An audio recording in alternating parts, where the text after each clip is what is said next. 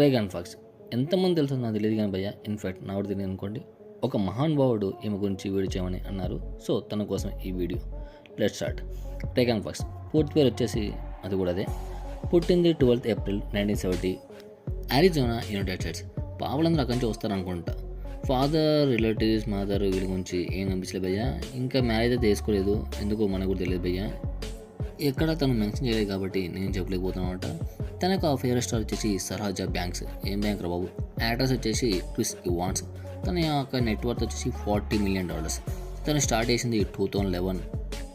అంటే దాదాపు 13 ఏళ్ళ నుంచి వెళ్ళి ఇండస్ట్రీలో ఉందన్నమాట. మంచి రావడంతో మంచి హైయెస్ట్ పెట్టి వచ్చేసింది. 2001 నుంచి 2018 వరకు వరల్డ్లోనే 9th ప్లేస్లో ఉంది భయ్య. దాదాపు 100 నుంచి 100 మధ్యలో సినిమా చేసింది అనమాట. ఏవైనా వాళ్ళు మిల్ఫా వాళ్ళు తొక్క దొడుకునే వాళ్ళు వస్తూ ఉంటాయి కదా, తను కూడా చేసిన మాట అవి. రియన్ ఫాక్స్ ఇండస్ట్రీ రావడం ముందు ఫాక్స్ మార్టేజ్ అండ్ ఫైనాన్స్ వరల్డ్కి హెడ్ హంటర్గా వర్క్ చేసింది. అంటే బ్యాంకింగ్ సెక్టార్లో బయింగ్ అండ్ సెల్లింగ్ యాక్టివిటీస్ అయితే తను చేసింది. దాదాపు 5 years అక్కడనే చేసిందంట. తర్వాత రిటైర్మెంట్ చేసి ఈ ఇండస్ట్రీకి అడుగుపెట్టింది. కారణం అయితే జస్ట్ మనీ కోసం అయితే దాదాపు అయితే తెలిసిందనమాట.